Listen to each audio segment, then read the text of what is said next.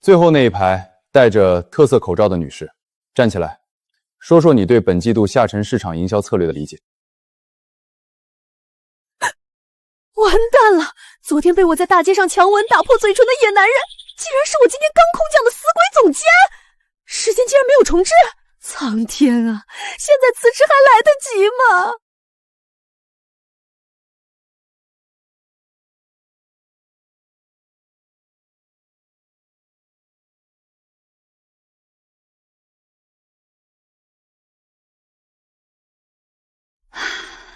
新鲜的空气，线性的时间，没有重启的完美早晨。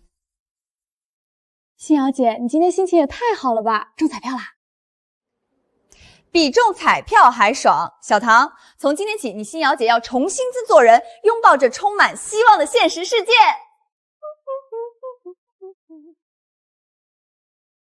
各位，听说新空降的总监是个狠角色，一会儿大家招子都放亮一点，别怪哥没提醒你们。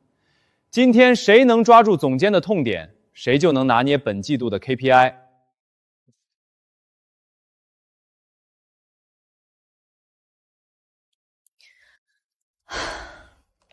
管他什么狠角色，只要时间正常流淌，哪怕是灭霸来了，我也能给他做套营销方案。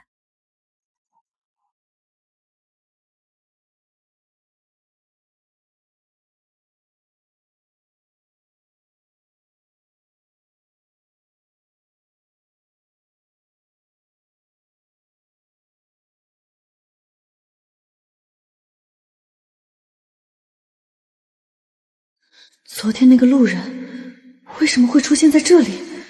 时间没重置。我是陆实验，新任营销总监。欢迎陆总，我们营销部一定在您的赋能下打通任督二脉。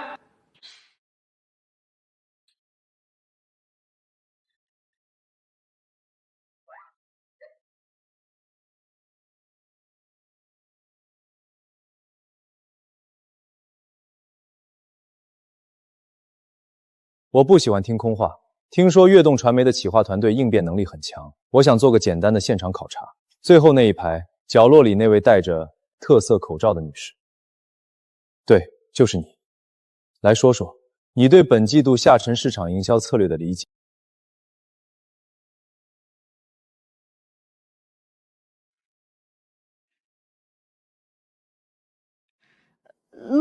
陆总好，关于下沉市场，我认为我们需要找到核心抓手。核心抓手，具体指什么？就是形成商业闭环，打通底层逻辑。我们要将私域流量进行矩阵式赋能，最终实现价值的垂直落地和生态共创。陆总面沉如水，这说明祝新瑶的陈词乱诉根本没有对齐他的颗粒度，该我出手了。陆总，注册化的观点过于宏观了，让我来帮他聚焦一下。我认为现在的关键是……我让你发言了吗？Sorry， 陆总，您继续。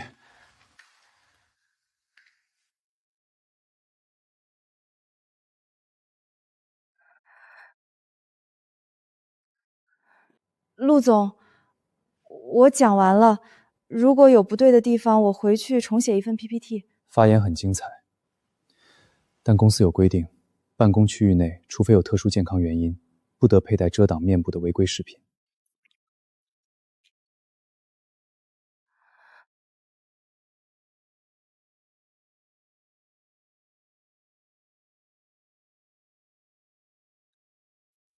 幸会啊，朱策划。惹不起我还躲不起吗？只要我跑得够快，社死就追不上我。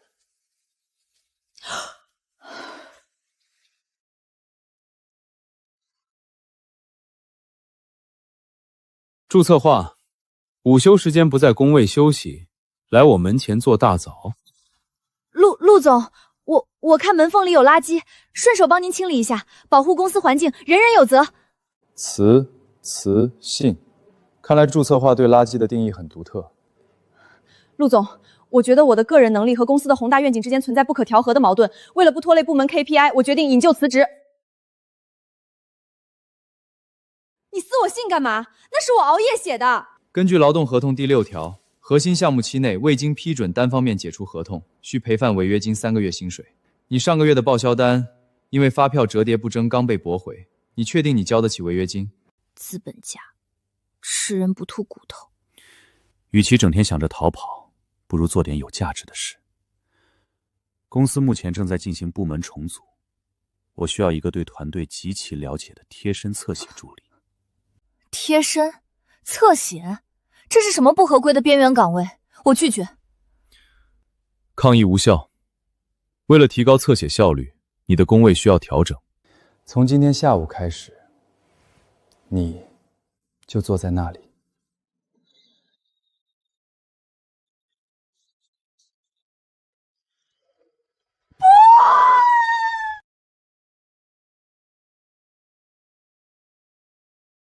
哎呦，星瑶啊，你这是把向上管理做到极致了呀，直接搬到总监门口当门神了。这赋能的力度，老哥我真是自愧不如。星瑶姐，你别听丁哥瞎说，在陆总眼皮子底下干活，简直就是伴君如伴虎。你要是挺不住了，就眨眨眼。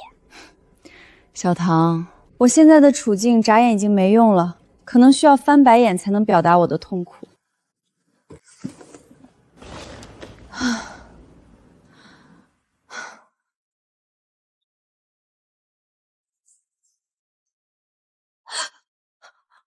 这哪里是宫位？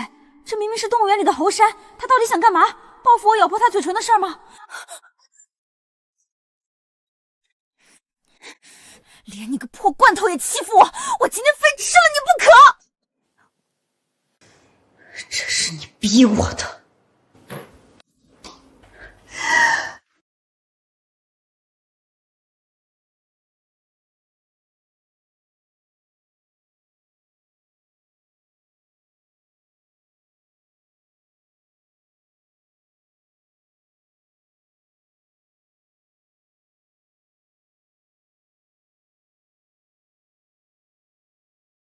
记仇本？他居然丧心病狂到专门弄个本子记录我的违纪名为，这日子没法过了。夏夏，你懂那种感觉吗？它就像一台没有感情的监视器，它在玻璃墙后面看着我，还拿个黑本子记我的黑历史。他一定是想搜集证据把我开除，顺便让我背上巨额违约金。祝新瑶，麻烦你停止这种被害妄想症的戏码。你现在的表示线就像是一只在马路上拉了屎，然后试图用树叶把自己埋起来的鸵鸟。那我能怎么办？我在大街上强吻了他，我不仅亲了他，我还咬破了他的嘴唇。现在他成了我的顶头上司，换作是你，你不跑吗？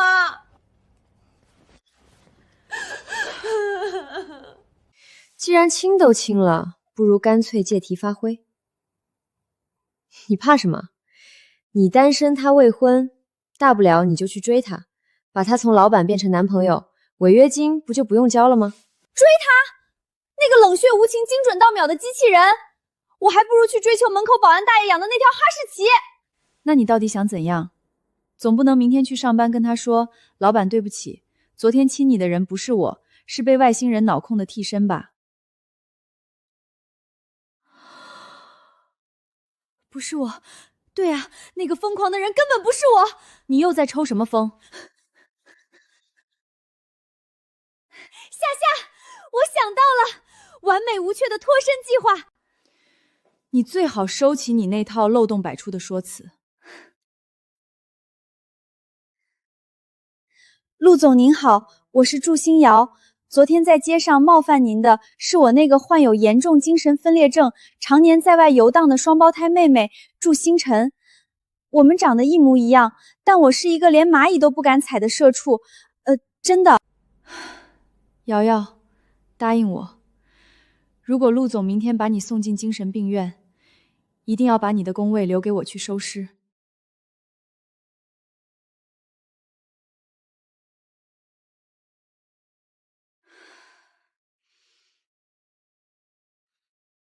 明天，祝星辰的黑锅，我祝新瑶不背了。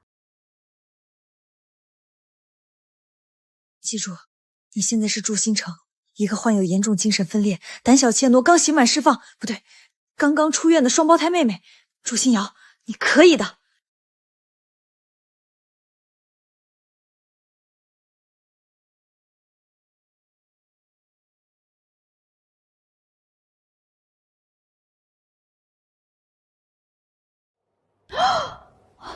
倒霉！祝策划，公司的保洁阿姨今天请假了吗？需要你在这里用衣服擦地板。陆总您好，我不是祝策划。哦，那你这位戴着防弹玻璃的女士是哪位？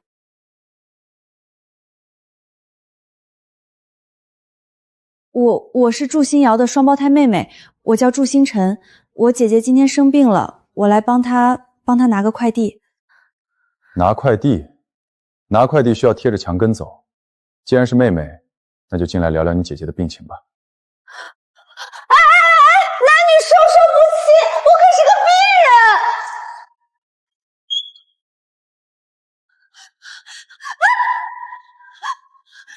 人。你要干什么？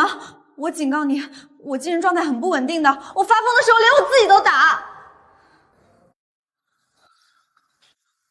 祝星辰是吧？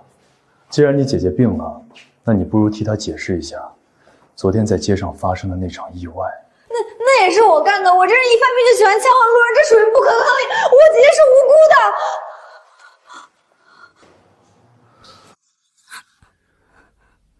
不可能力，所以你犯病的时候还喜欢咬破别人的嘴唇。你知不知道，因为你这个不可抗力，我今天早上喝黑咖啡的时候伤口还在疼。祝策划，你这属于故意伤害。我陪你创可贴。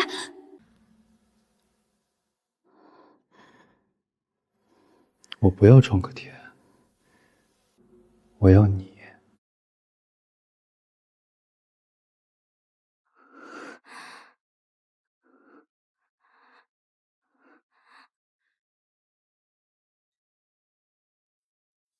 新瑶姐，我刚抽到了隐藏款，你要不要看？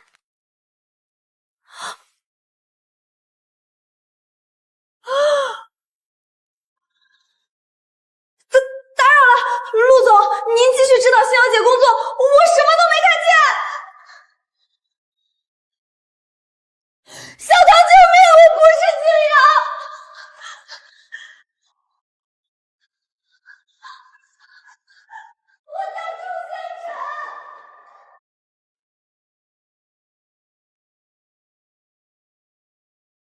祝新瑶是吧？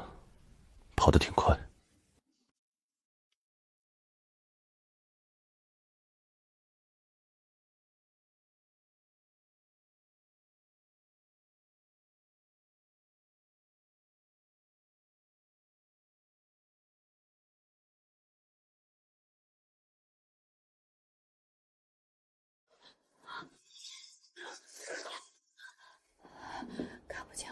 看不见我，我只是个无辜的访客。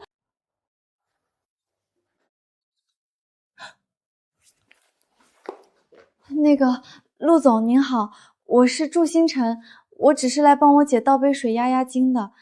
是吗？那祝新瑶小姐的精神分裂症恢复的可真快。间歇性的，刚才在楼道里受了点刺激，现在已经完全清醒了。我发誓，我平时是个遵纪守法的好市民。遵纪守法？你指的是在公共场合强吻路人，还是指咬破上司的嘴唇？陆总，如果您一定要对那天的意外追根究底，不妨把看作是一场现代都市人群释放压力的沉浸式行为实验。我这就去给您买狂犬疫苗。沉浸式行为实验，祝策划，你不仅破坏了我的日程表，还侮辱了我的智商。昨天在街上扑向我的时候，你的无畏去哪儿了？那是个误会，我以为时间要重置了。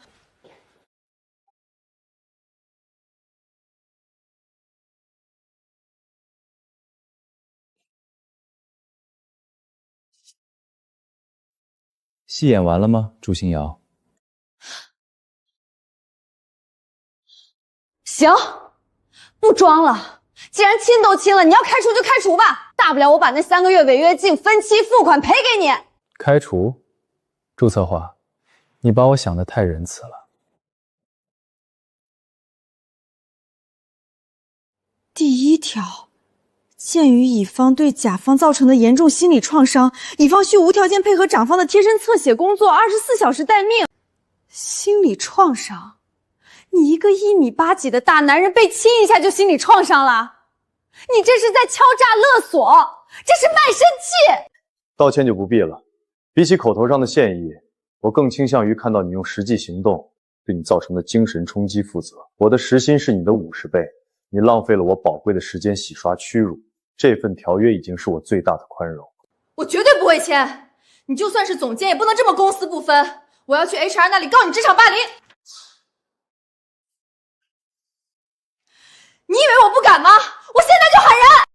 里面是谁？根据员工手册第5章第3条，茶水间不是用来进行非工作交流的场所。现在是下午2点15分，立刻开门接受检查。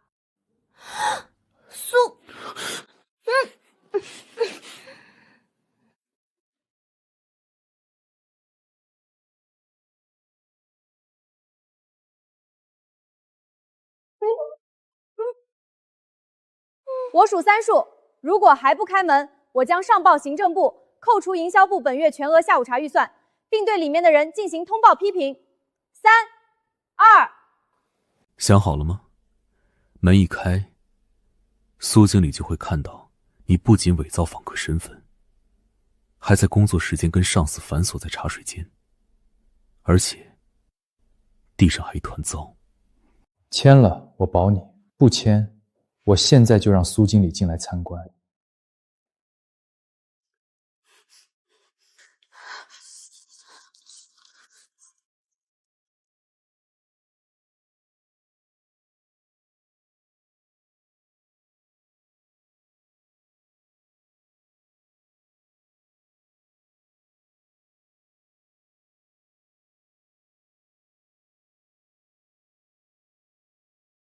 陆总，您怎么会在里面？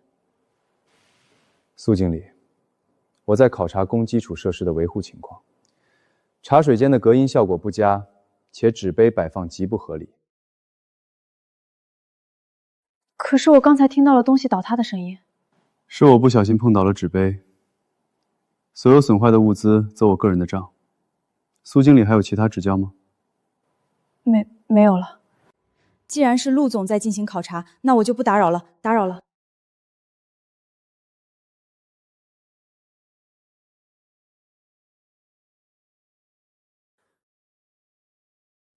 合作愉快，朱助理。现在麻烦你把地扫了。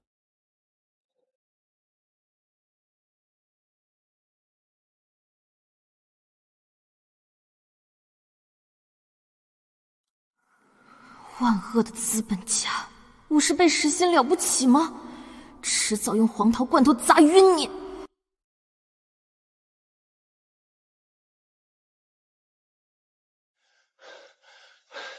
一级战备，顾总的车型机地下车库了。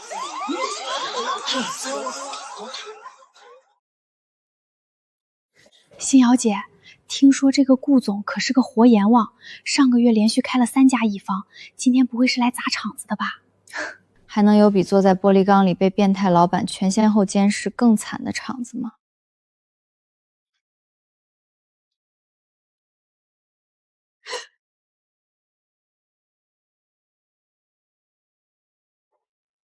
这就是悦动传媒熬了3个通宵交出来的东西，稳妥、安全，毫无破绽，但也毫无价值。在这个时代，稳妥就意味着平庸。我要的是能刺破市场的利刃，不是一块温腾的海绵。顾总想要多大的风险坦克？风险不设上限，我只要结果。1周内给我一个完全推翻传统的激进方案，做不到，我们之间的合作到此为止。陆总这种空降高管，最看重的绝对是团队的狼性和执行力，这是我上位的大好机会。顾总，您的痛点我们已经完全对齐了。我们营销部最擅长的就是打破底层逻辑，重塑商业闭环。这个 project 由我亲自牵头，保证给您一个颠覆性的赋能。很好，年轻人很有冲劲。我期待你的颠覆。如果搞砸了，悦动传媒在这个圈子里的招牌就可以摘了。既然丁策划主动立了军令状，那这个核心项目就交给你全权主导，需要什么资源自己协调。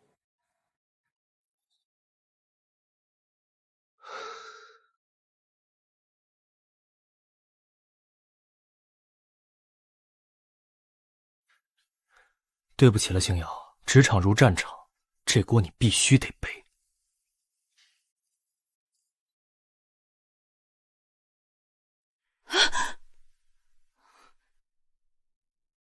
丁哥，你这是干什么？这是6年前的废岛吧？星瑶啊，我这可是在给你争取高光的 opportunity。顾总那个案子，我决定让你来做核心执行。让我做顾总那个传说中连开3家乙方的死亡项目，你疯了还是我疯了？别这么说嘛，这是一次难得的破圈赋能，你只要能把这个闭环打通，年米的绩效绝对是 S 级。丁哥，你看清楚我现在的岗位，我是陆总的贴身侧显助理，我的 KPI 是研究怎么不被他开除，不是去给甲方当炮灰。可是丁哥，你刚才在饮水间不是还跟人吐槽说顾总的要求完全违背常理，谁接谁死吗？怎么现在又变成破圈赋能了？小唐，大人的事小孩少插嘴，这是对新瑶能力的信任。推锅就推锅嘛，还非要套个互联网黑腕的壳子，累不累啊？星瑶姐，你别理他，到点我们就下班。听见没？这福气我销售不起，麻烦你把这些古董搬走。祝新瑶，你别不识抬举，你以为我愿意把这么重要的项目交给你？这是陆总的意思。陆总，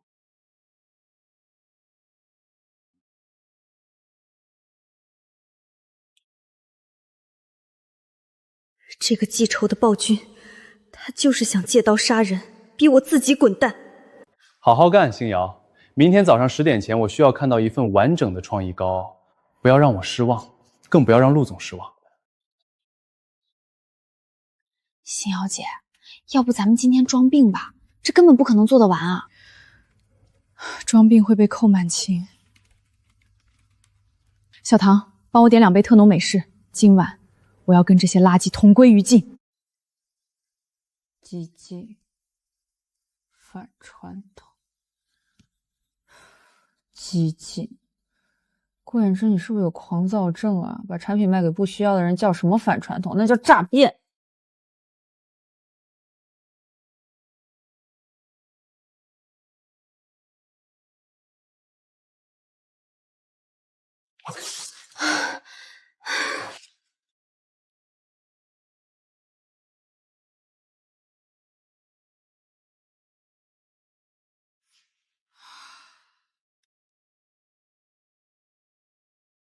啊！我想回时间循环里去，哪怕每天被车撞，也比给资本家当牛做马强啊！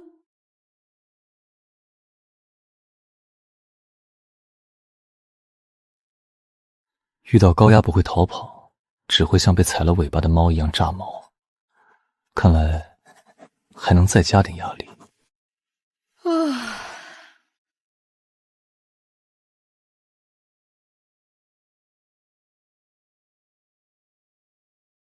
反传统，激进。顾衍之，你干脆让我去抢银行算了，这绝对比写方案激进的多。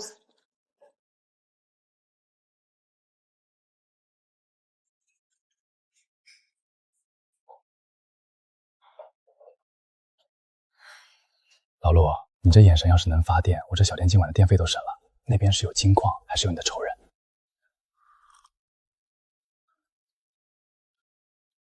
我在思考悦动传媒的员工抗压印制。作为总监，了解下属的崩溃临界点，有助于更合理的分配 KPI。哦，原来是在做学术研究。我看那位祝小姐头发都快薅秃了。身为老板，你不上前送句温暖？工作时间外的多余官衔只会增加员工的心理负担。行吧，你没有多余的关怀，我有。这大半夜的，看着怪可怜的，我给他做杯特饮醒醒脑。特浓全脂牛奶拿铁，奶泡打得厚厚的，保证一口下去全是脂肪的快乐。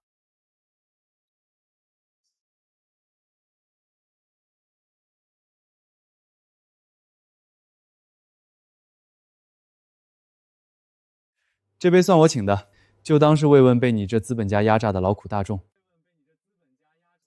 不能给他喝这个，他对乳糖极度不耐受。老陆，我好像没说这杯是给谁的吧？再说了，你一个刚空降没几天的总监，怎么连下属的肠胃喜好都摸得这么一清二楚？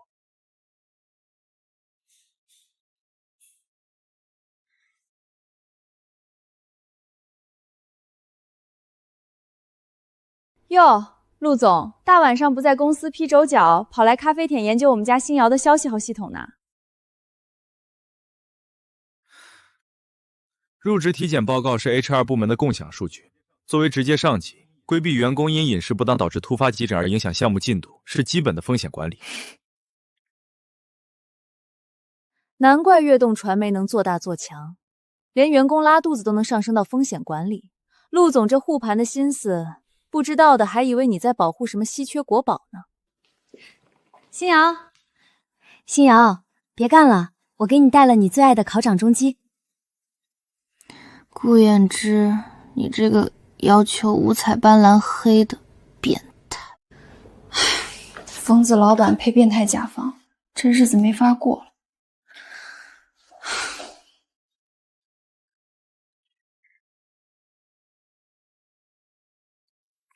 人都走光了，陆大总监，你的风险管理对象现在毫无防备，要不要去加固一下你的防火墙？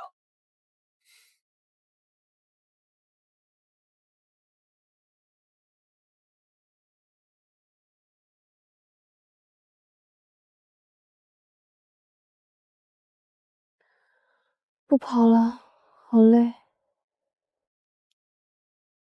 那就别跑了。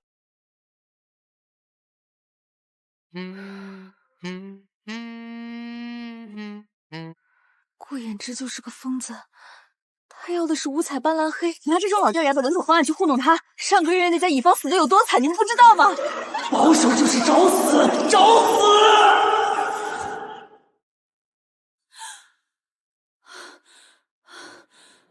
对，他在循环里连闭了3家公司，他根本不需要4平8稳的垃圾。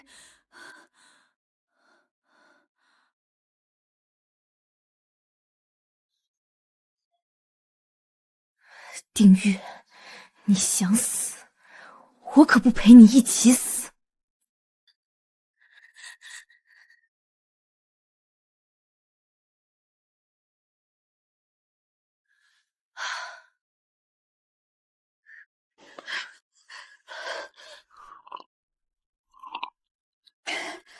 来吧，既然要疯，大家就一起疯到底！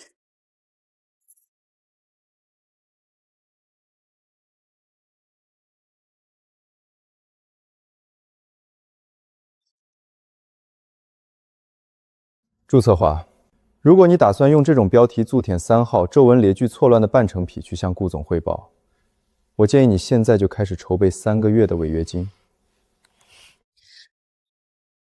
陆总，排版是留给那些内容平庸的方案做遮羞布的。顾衍之是个极度自负的冒险者，他要的不是工整的表格，而是能击穿市场的炸弹。传统方案只会让他觉得悦动传媒是一群没有想象力的复读机。这是我推翻重做的激进版草案，风险拉满，但也只有这样才能踩中他那个变态的痛点。很有勇气的诡辩。希望在1个小时后的会议上，你的提案能像你的脾气一样硬。顺便提一句，你的眼镜框上沾了一小块黄桃罐头的糖渍。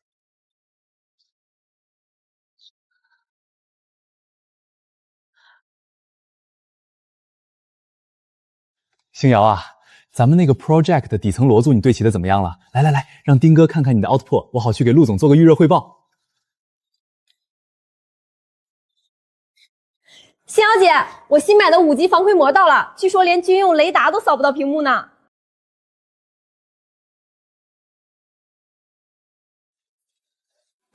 小唐，你干什么？这膜怎么什么都看不见？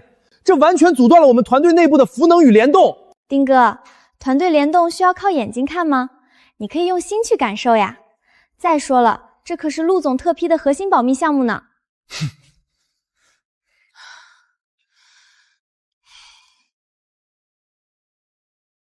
死就死吧。啊！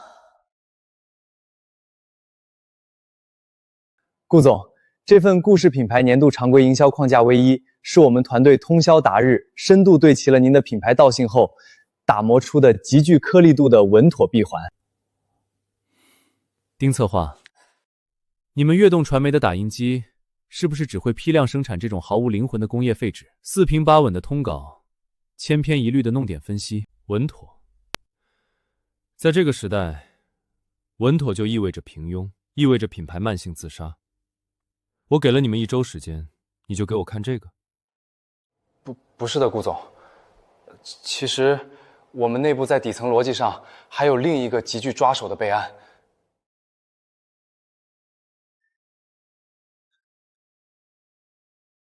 祝新瑶，你昨晚到底弄出什么凹凸了？赶紧给我看看，让我去顶上。丁哥，陆总特批的核心保密项目5级防窥膜，你站这么近是想窃取商业机密吗？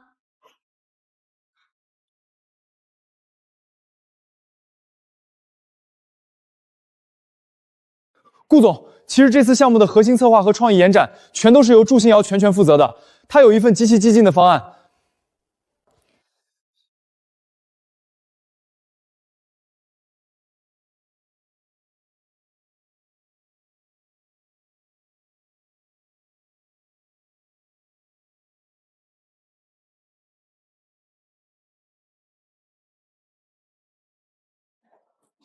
顾总，您上个月连续开了3家乙方，原因都是他们太想讨好您的品牌。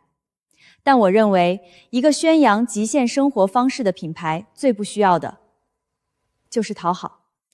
这是顾氏品牌过去3年采用保守营销方案的市场转怪率，一路平稳，也一路走向死亡。您之前主导的几次跨界合作，为了规避风险，砍掉了所有边缘创意。结果就是消费者连骂都懒得骂。疯了！他是在当众打甲方的脸啊！所以我推翻了所有的赞美。我们要做的是一场彻头彻尾的负面营销，将产品在极端环境下的缺陷无限放大，用消费者的泄气心理和逆反心理去打破这层平庸的壳。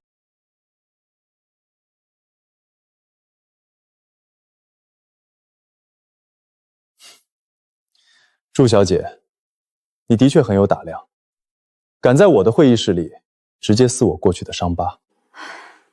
但是，胆量不等于实力。负面营销的本质是在走钢丝。如果我们在最初的24小时内，核心圈层的口碑崩盘，舆情数据反馈呈现指数级负增长，你打算用什么底层数据模型来承接这种流量反噬？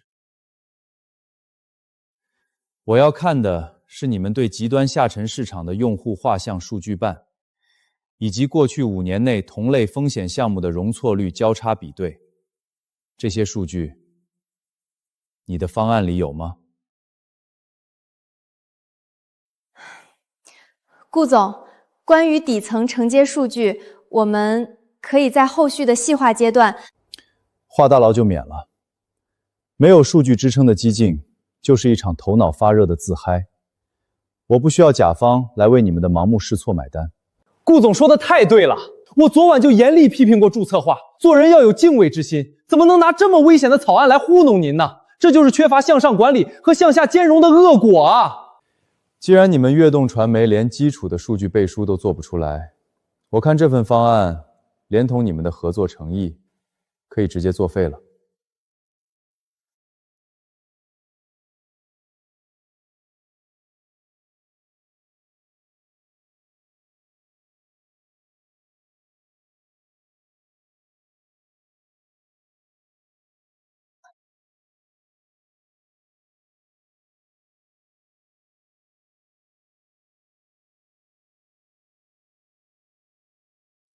顾总，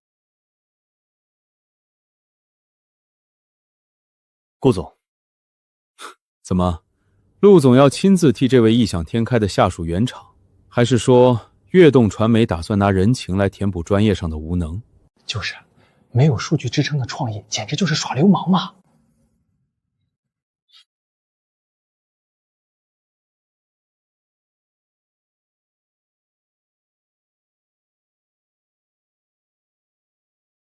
陆总，对不起，我搞砸了。闭嘴，站好，把这个投出来。顾总误会了，跃动传媒从来不讲人情，只讲数据。既然顾总要看底层承接，那就如你所愿。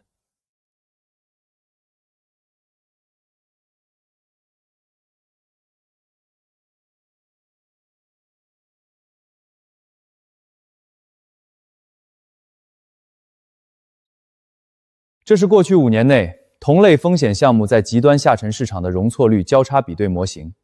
基于注册化的缺陷放大理论，我们连夜跑了10万次数据模拟。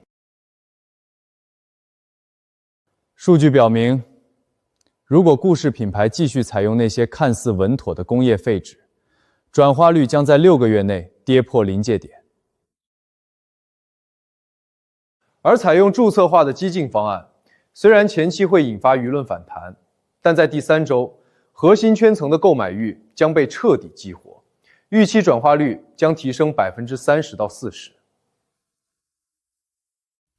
他昨晚不是在监控我吗？他什么时候背着我搞出了这么恐怖的数据高？难道这就是传说中大佬的偷感吗？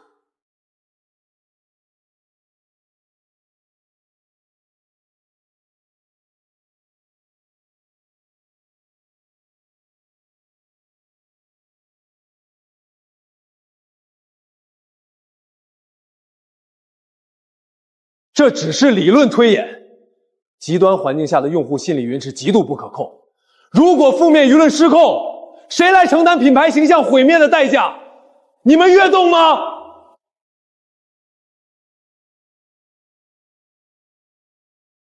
顾总，你之所以在这个月连开3家乙方，不就是因为他们不敢承担这个代价吗？注册化的方案看似是在玩火，但底层逻辑已经用这套数据模型圈定了安全边界。顾总，风险与收益永远成正比，既然想要打破平庸，就别妄想毫发无伤。这套数据就是跃动传杯兜底的诚意。完了，这下彻底完了！2位黄棉王杠上了，我的年终奖要用来给他们买花块了。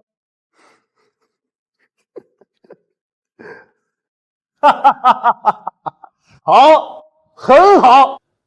陆总，你手下的人很有种，你这个做领导的更有魄力。这笔买卖，我顾某人做了。祝小姐，你的胆量和创意很对我的腮手。有陆总的数据做底，我给你最大的权限。周5下班前，我要看到完整的执行案。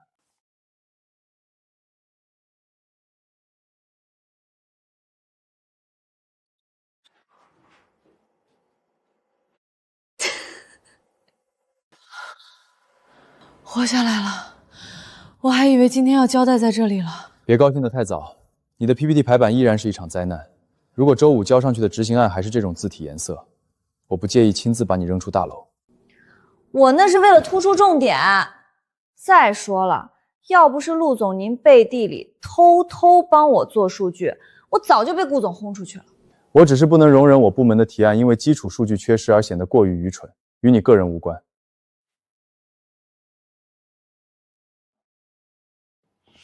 嘴硬的资本家，不过今天算你帅。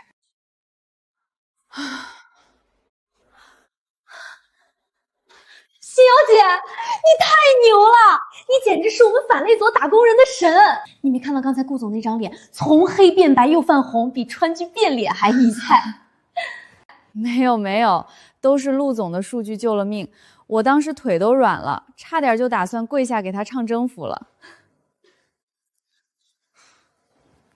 星瑶，咱们明人不说暗话，你到底是用了什么手段，能让那个冷血无情的陆总连夜加班给你跑10万次数据模拟？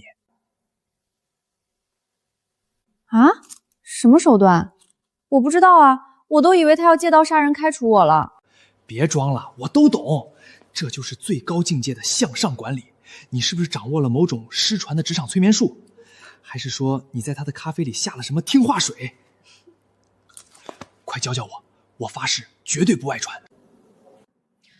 丁哥，你要是把这种钻研的心思花在写策划上，顾总也不至于连续办你3个方案了。星瑶姐这是靠实力，实力懂吗？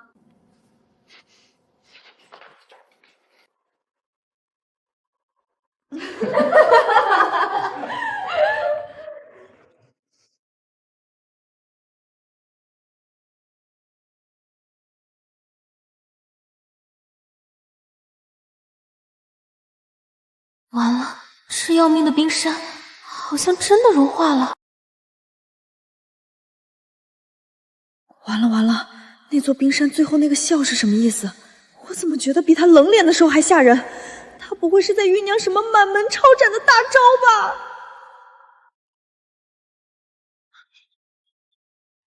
哇，好大一捧人民币，不是，好大一捧花！创意部的程总监，他来咱们这视察审美来了。程师兄，你怎么拿了这么大个暗器过来？听说你今天拿下了顾总那个最难搞的项目，作为学长，当然要来恭喜你，顺便看看你在这个新岗位上有没有受委屈。师兄，这太夸张了，这花比我过年买的年货都大，我这工位根本放不下，而且这是办公区。没关系，如果不方便，下班后我帮你拿回去。晚上有空吗？一起吃个饭庆祝一下。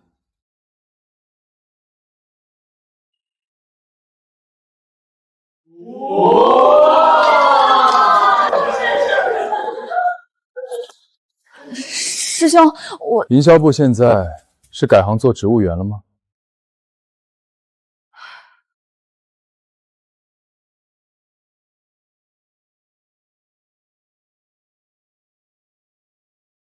程总监，创意部是最近太闲了，以至于你需要来营销部兼职送货。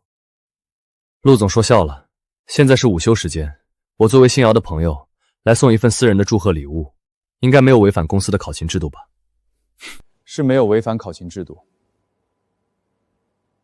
但根据公司办公区环境管理条例第3章第2条，严格禁止在开放办公区域放置带有强烈挥发性气味的物品。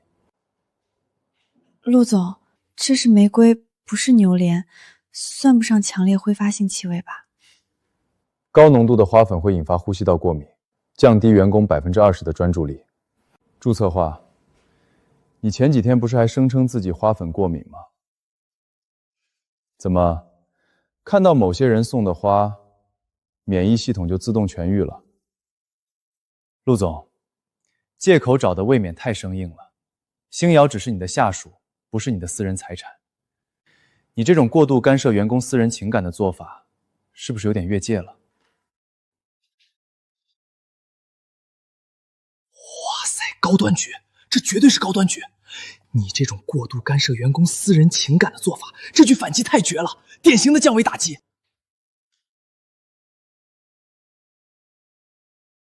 陆总会怎么接？用直击压制还是用 KPI 转移话题？快让我学学修罗场雄性竞争的核心话术。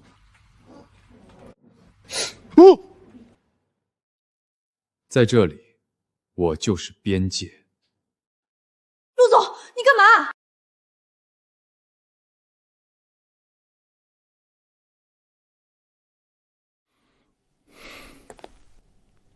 陆时烟，放下，这不是你的东西。哎，让一让啊，收干湿垃圾啦！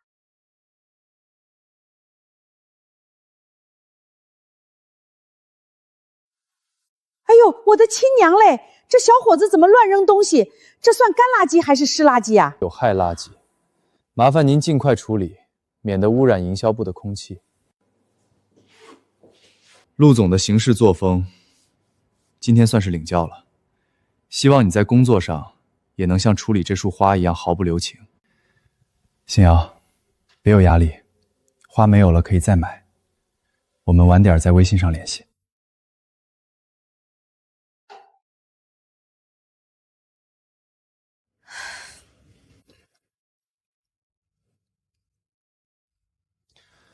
看来注策划的桃花运比你的工作效率要旺盛得多。我是不是该给你布置点新任务，让你没空去应付这些无聊的社交？陆总，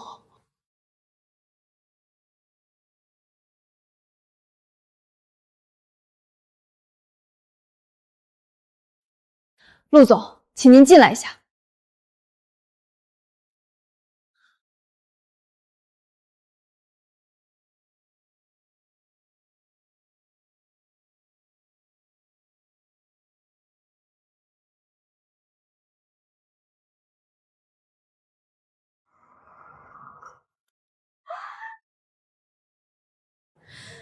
你到底想干什么？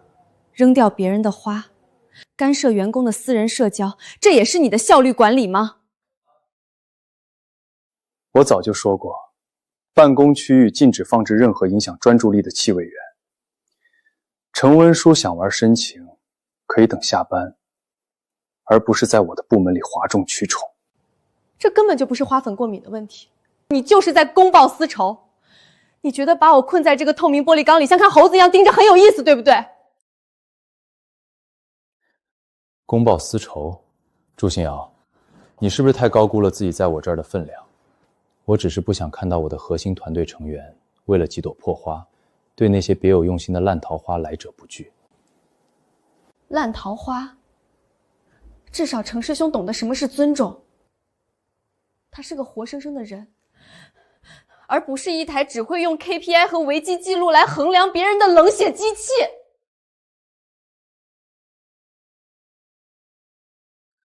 既然陆总觉得我的私生活影响了部门效率，那我现在就去外面跑外勤，保证不污染您的视线。小唐，这西郊创意园可是个废弃的烂尾工程，顾总怎么偏偏看中那里办户外展？这鬼天气眼看就要下暴雨，我的高定发胶会报废的。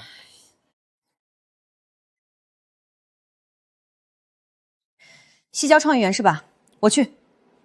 星瑶，你简直是我的再生父母。不过那边路特别难走，连个避雨的地方都没有。正好，我需要吹吹冷风，洗洗脑子。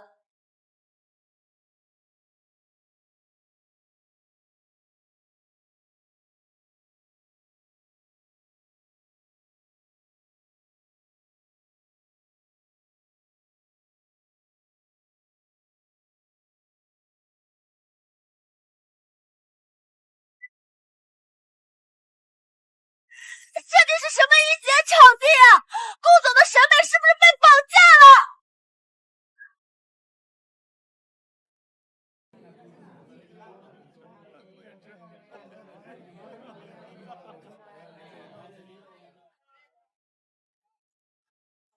陆总，这次负面营销的策略确实大胆，只要明天的西郊场地确认无误，我们就能彻底颠覆市场认知。顾总谬赞，悦动传媒一向对风险有精确的把控。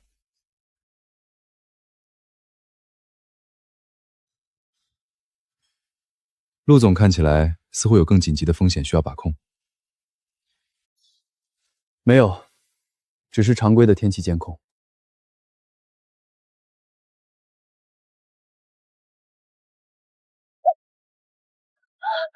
我的防弹玻璃！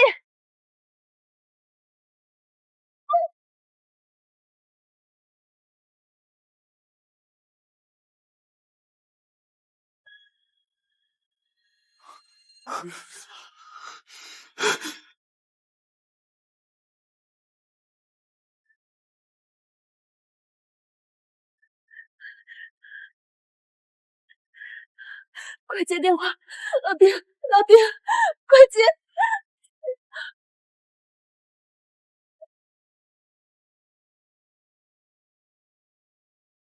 陆总，接下来是渠道商的签约仪式，你这是要去哪儿？抱歉，顾总，我有一个无法评估损害上限的资产，正暴露在极端风险中，我必须亲自去止损。陆时宴，你个冷血资本家，这就是说的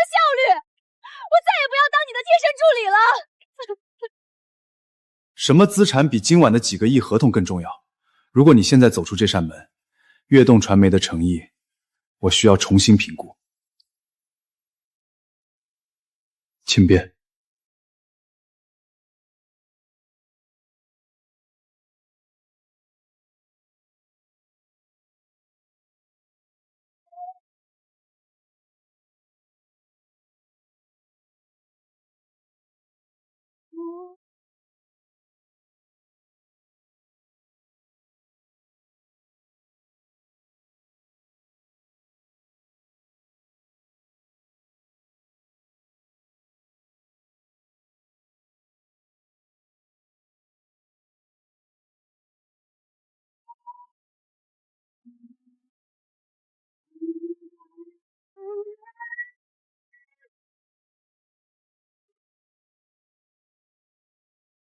对不起，您拨打的电话已关机，请稍后再拨。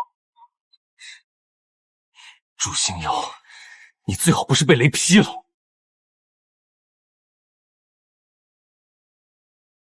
什么资产比今晚的几个亿合同更重要？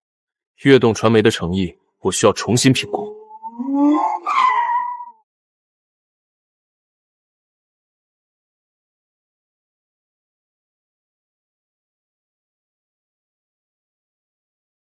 该死！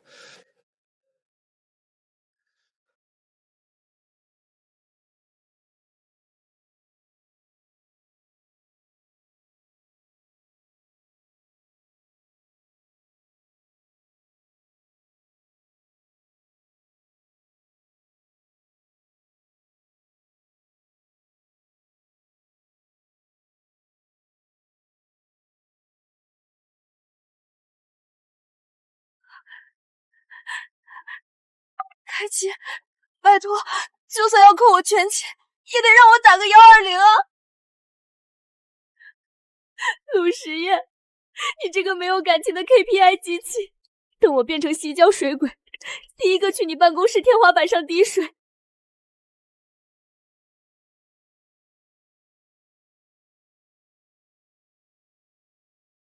祝星瑶！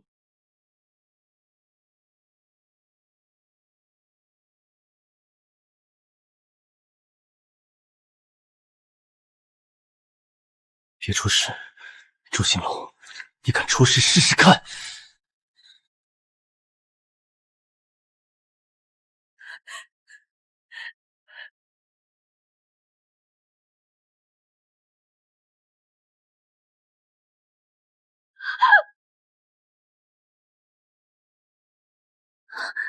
陆时夜，秀媛对吗？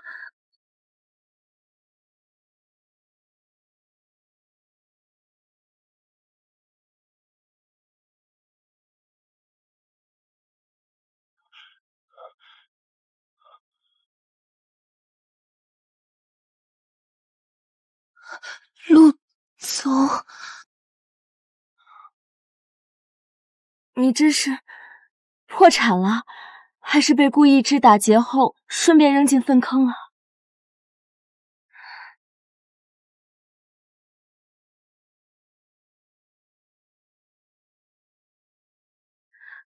陆总，您大半夜跑到这种鬼地方，是来视察我有没有给公司财产陪葬的吗？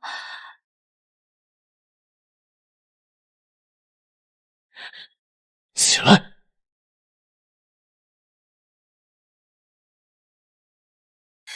放开我，我自己能走，不用你在这里猫哭耗子假慈悲。祝星瑶，我让你起来，你是不是疯了？雷暴橙色预警，你往外跑，你真以为自己命硬是不是？我命硬不硬关你什么事？这不就是你想要的吗？把我发配到这种烂尾楼干苦力，现在你看到了，我连个破气球都护不住，你满意了吧？放手，我很脏。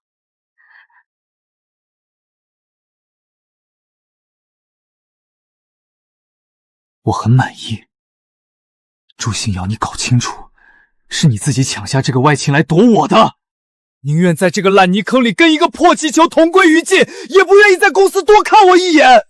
怎么，没收到成文书的玫瑰花，就让你这么痛不欲生，非要用这种方式来报复我？你在胡说八道什么？谁报复你了？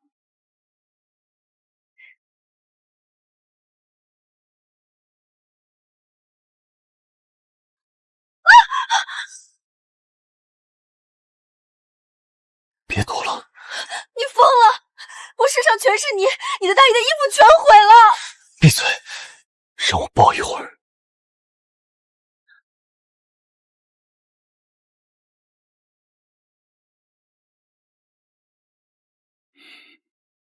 你怎么才来啊？吓死我了！我来晚了，对不起。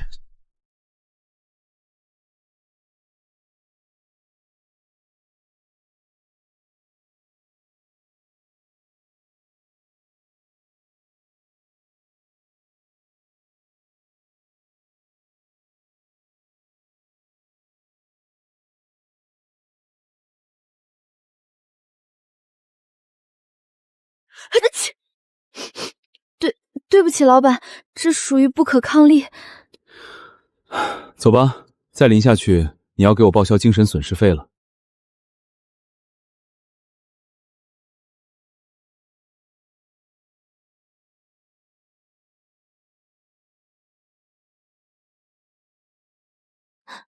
你的车好像报废了。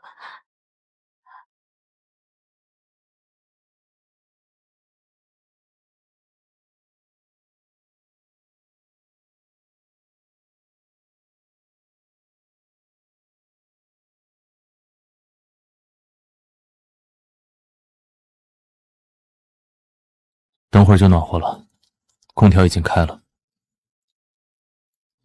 陆总，又怎么了？你刚才说我躲你，到底是谁躲谁啊？你明明在记仇本上给我记了那么多黑历史。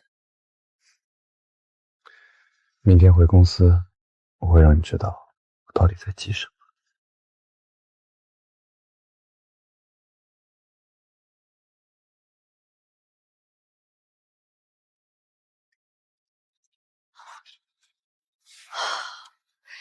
只要狗到下班，赶紧去商场买件新衣服换上。哇哦，星瑶姐，你这是 boyfriend 事儿？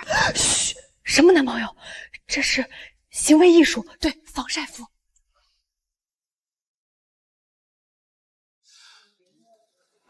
星瑶，你这借口毫无逻辑闭环啊！这可是意大利手工定制的版型，领口那个暗纹绣花，我没看错的话，昨天陆总穿的好像就是这个牌子的同款。巧合，纯属巧合。山寨的，我在楼下夜市9块9淘的外贸伪蛋。你是不是背着我偷偷对陆总进行了深度向上管理，连衣服都穿上了？这职场进度条拉得太快了吧！大家早上好。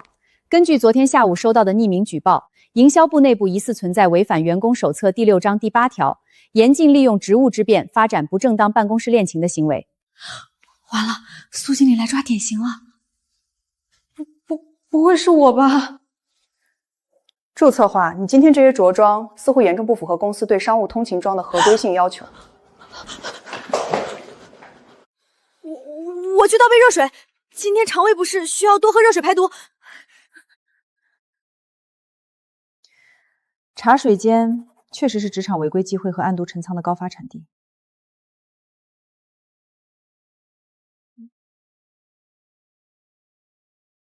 死定了！死定了！死定了！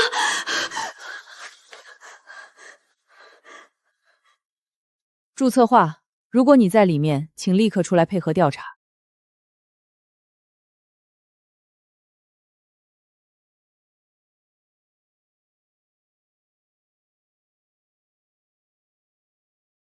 丁月，你在干什么？你是在蓄意破坏公司杜质清产吗？苏经理，误会，纯属误会。我是在进行极简办公环境的断舍离，对，优化物理空间，提升团队效能。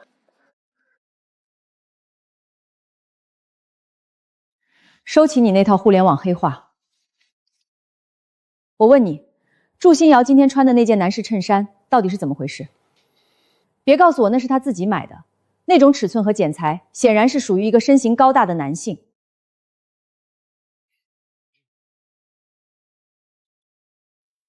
那件衬衫是我买的。你？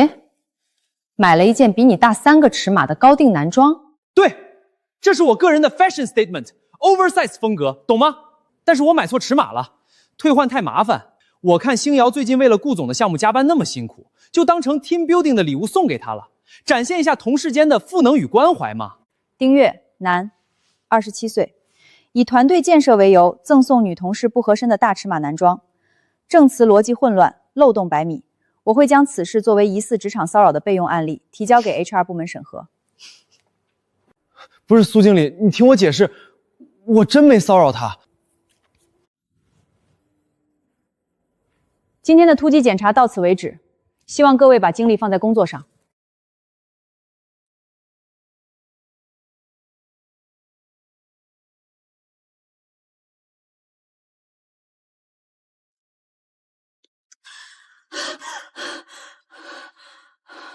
活下来了，我竟然活下来了。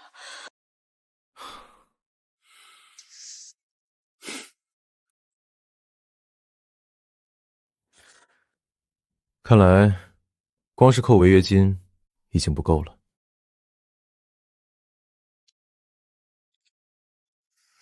这是谁？甲方还是砸场子的？气场也太可怕了。不知道，但这裙子是巴黎高定款，绝了！这件衬衫的意式手工锁边，1寸15针。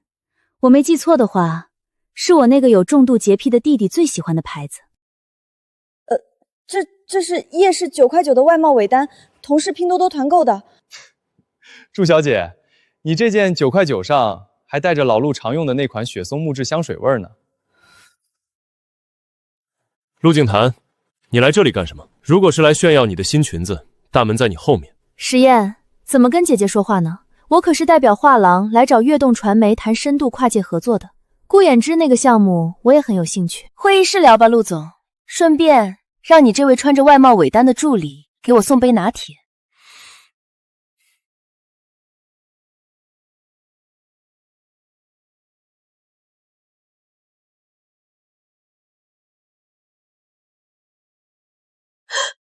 你觉得我会在乎这些吗？合作条件很简单，画廊未来3年的全案营销都可以交给悦动。但我只有一个附加要求。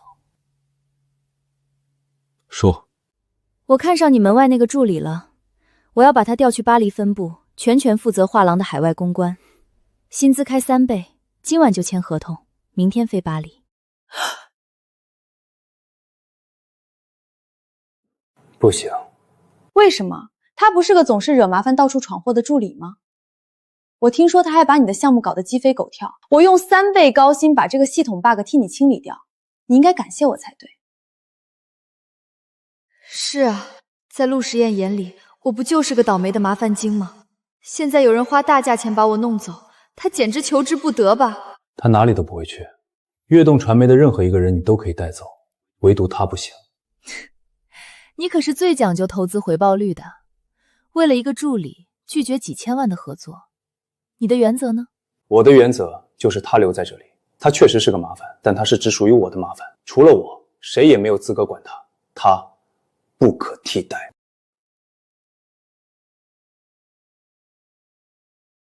不可替代。很好，终于像点人样了。合作的事儿，明天让顾言之来找我谈。谢谢你的咖啡，祝小姐。看吧，这个从小到大只按说明书活着的机器人，终于为你短路了。你不仅不是麻烦，你简直就是他的命门。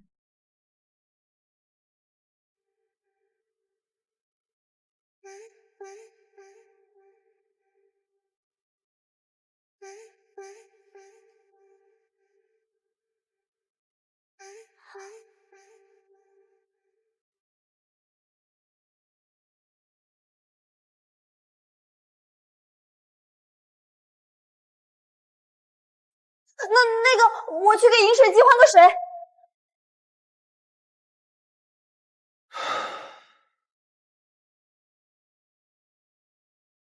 老陆，你刚才在会议室护食的样子，活像一条生怕别人抢骨头的疯狗。你的理智呢？你的边界感呢？早就没有了。真认呆了。我一直以为，只要我把一切都控制在精确的轨道上，就不会出问题。但它出现的第一天，就把我的轨道砸烂了。我试图用违纪、用条约、用工作压迫去推开它，但我发现，我根本不想推开它，我彻底向这场混乱投降了。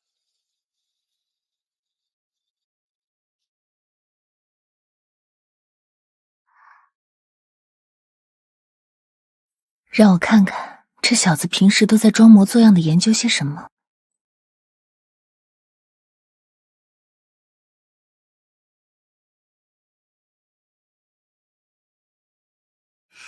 陆时烟啊，陆时烟，你这哪里是维基档案，分明就是暗恋日记。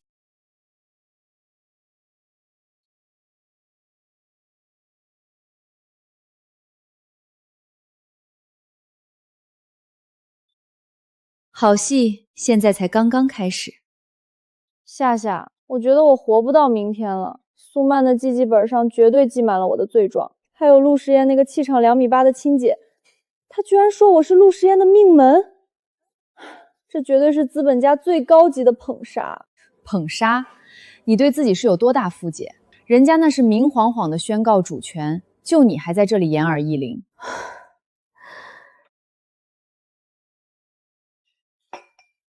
作为老陆的破壁人，我真心建议你早点认输。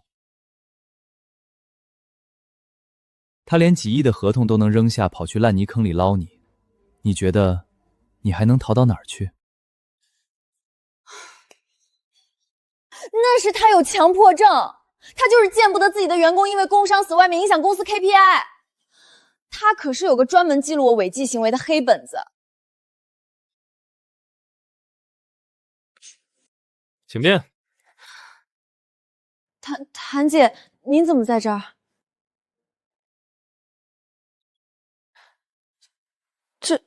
这不是陆总桌上那个？刚才顺手替你偷出来的。你不是一直很好奇，我那个从小就只按说明书活着的弟弟，每天冷着脸在上面记你什么黑历史吗？作为你马上要被发派去巴黎的临别礼物，让你死个明白。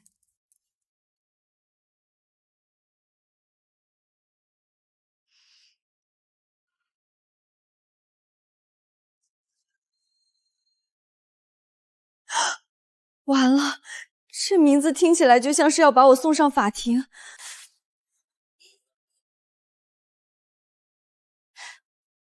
哟，这维基记录管得够宽的，连你的肠胃都归他管。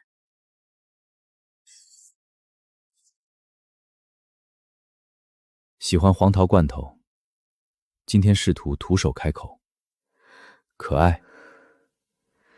紧张的时候会习惯性的捏衣角，并且会拼命找借口喝水。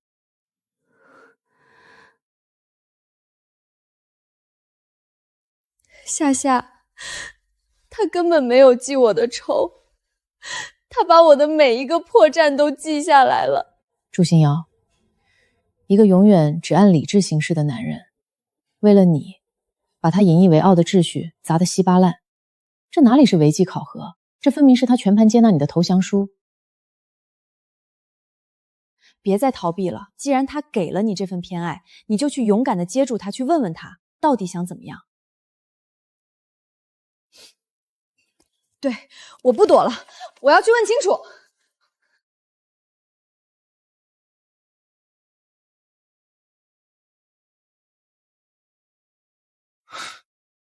老陆，你这下可有的受了。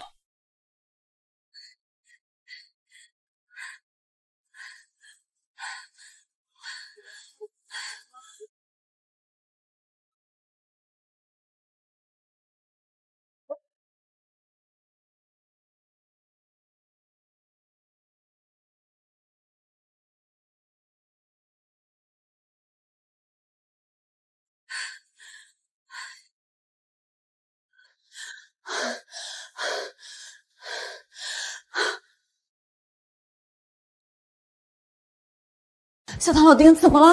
陆总呢？星瑶，你来晚了。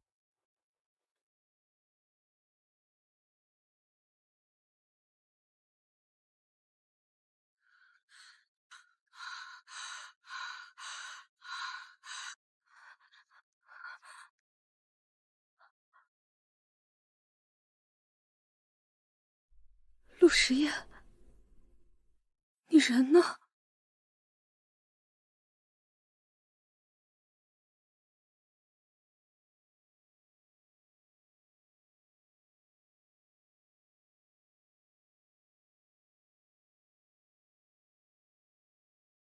既然营销部的全员都在，我就借这个机会宣诉一份行政通报。大家停下手里的工作。完了完了，苏经理这架势是要直接对我们部门进行灭拔式强制裁员啊！关于原营销部总监陆时言涉嫌严重违纪情况的通报，经查，陆时言在职期间无视员工手册第6章第8条规定，涉嫌利用职务之便包庇下属，干预合规调查。同时，由于其不当行为引发了疑似职场骚扰备用案例的严重后果，严重破坏了公司的合规生态。经人事部约谈，陆时言已于1小时前主动引咎辞职，并交接完所有核心权限。通报完毕。是我害了陆总，如果不是我非要撒谎说那件高定衬衫是我买的 oversize 礼物，苏经理就不会定性为职场骚扰。我这该死的胜负欲啊！丁哥，你快闭嘴吧！陆总明明是为了掩护星瑶姐才主动把雷全顶下来的。这算什么通报？他包庇谁了？那是顾衍之的项目，他是为了保证项目进度，你们凭什么让他辞职？祝策划，注意你的情绪。辞职是他个人的选择，没有任何人能强迫一位手握重权的空降总监离职，除非他自己觉得有什么东西比总监的位置更重要。既然现在陆总已经辞职，我希望你立刻整理好你的着装，恢复商务通勤合规性。你最大的保护伞已经没了，祝策划。星瑶姐，快去，她一定还没走远。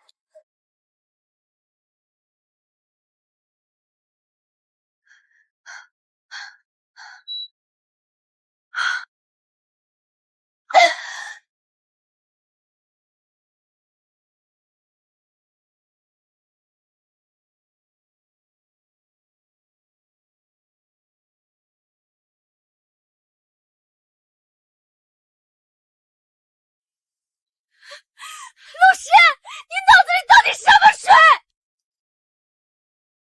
祝策划，现在是工作时间，你不在工位上写顾衍之的执行案，跑来天台对着前任领导大呼小叫，这可是严重的违纪行为。违纪？你还好意思跟我提鸡？你自己看看你在这本所谓的违纪记录里都写了什么？极度乳糖不耐受，禁止全脂牛奶，旁边还画了3个红色安叹号。遇到高压不会逃跑，只会像被踩了尾巴的猫一样炸毛，这也是违纪吗？当然算。你对乳糖不耐受却不自己注意，导致我需要时刻替你排雷，严重干扰了总监的情绪内存。那这个呢？喜欢黄桃罐头，今天试图徒手开个很可爱。你不仅变态，你还涉嫌侵犯员工隐私。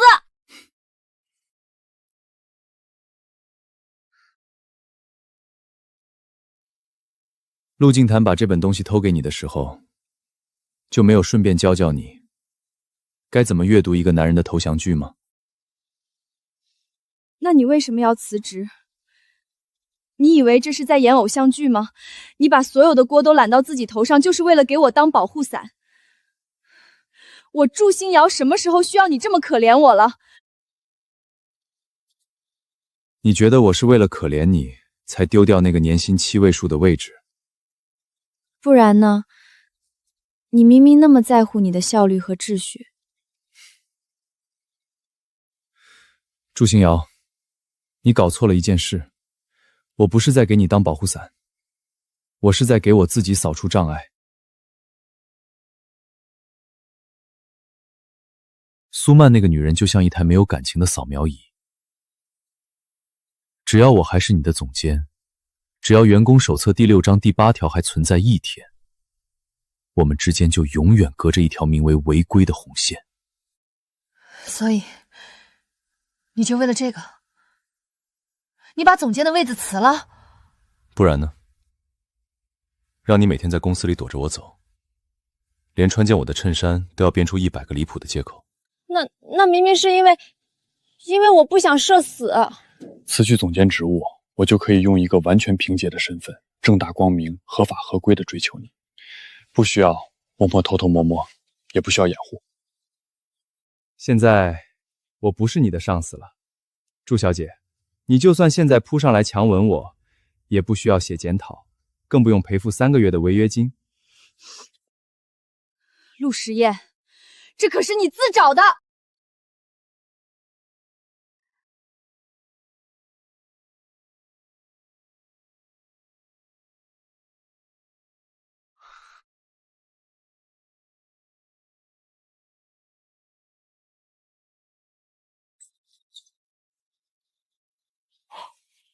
大结局了，大结局了！这就是失传已久的向上管理究极奥义，直接把老板变成自己人。我要把这招写进我的职场生存宝典里。星瑶姐太帅了，陆总完全被当成了修狗拿捏了。快多拍2张，我要发给黎夏姐看。可是顾总的执行案明天还要交啊，星瑶现在把总监拿下了，那 PPT 谁来写？闭嘴吧你！活该你单身。